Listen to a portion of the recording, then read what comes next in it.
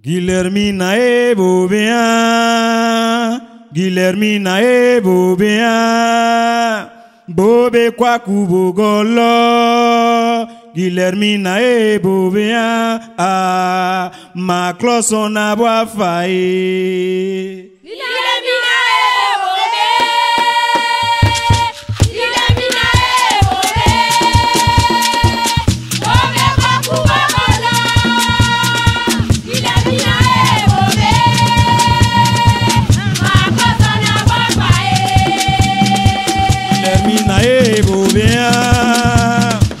Bobe Kwaku Bogolo, Guillermina Bobéen, ah, ma cloche on a bois failli.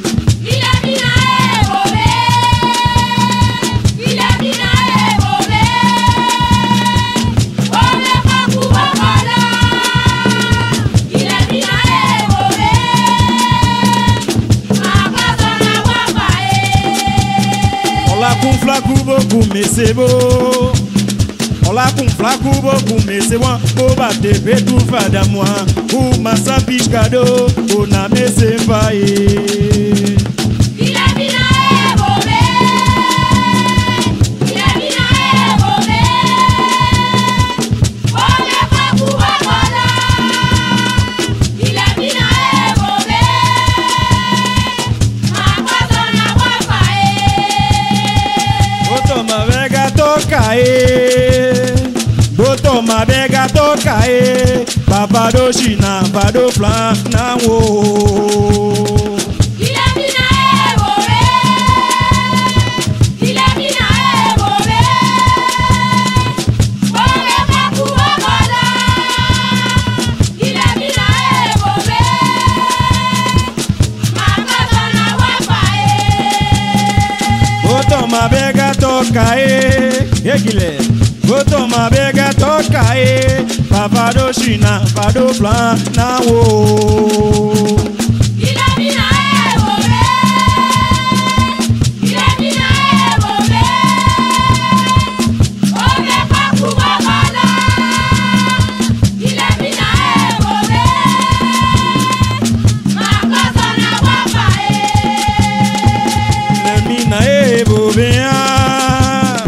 Guillermina Bobéen, Bobe Kwaku Bogolo, Guillermina Bobéen, ah, ma cloche on a bois failli. Guillermina Bobéen, Guillermina Bobéen, Bobe Kwaku Bogolo, Guillermina Bobéen, ma cloche on a bois failli.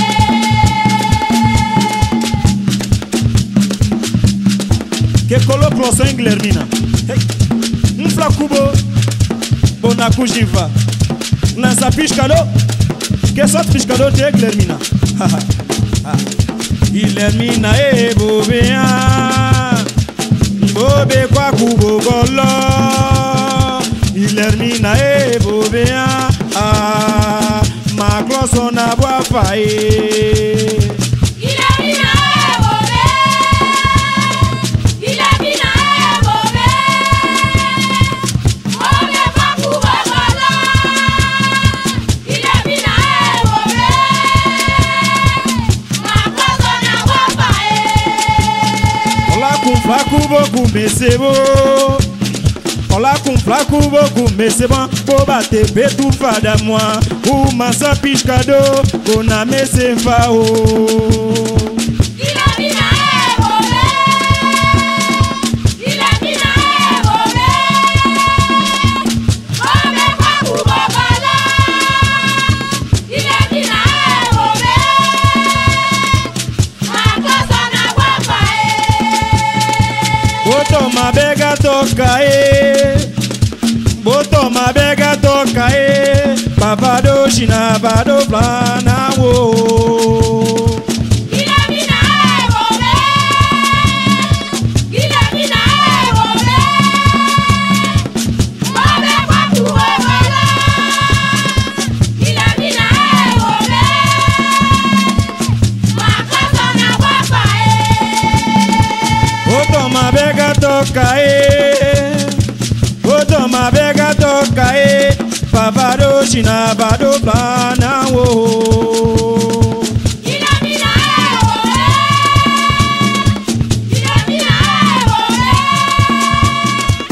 Ome kwaku bobola Ilamina Makwasana wapa Guillermina bobea Guillermina bobea Bobe kwaku bobolo Guillermina bobea Makwasana wapa Ilamina Ilamina Ome kwaku bobola Ilamina Yeah! Makwasana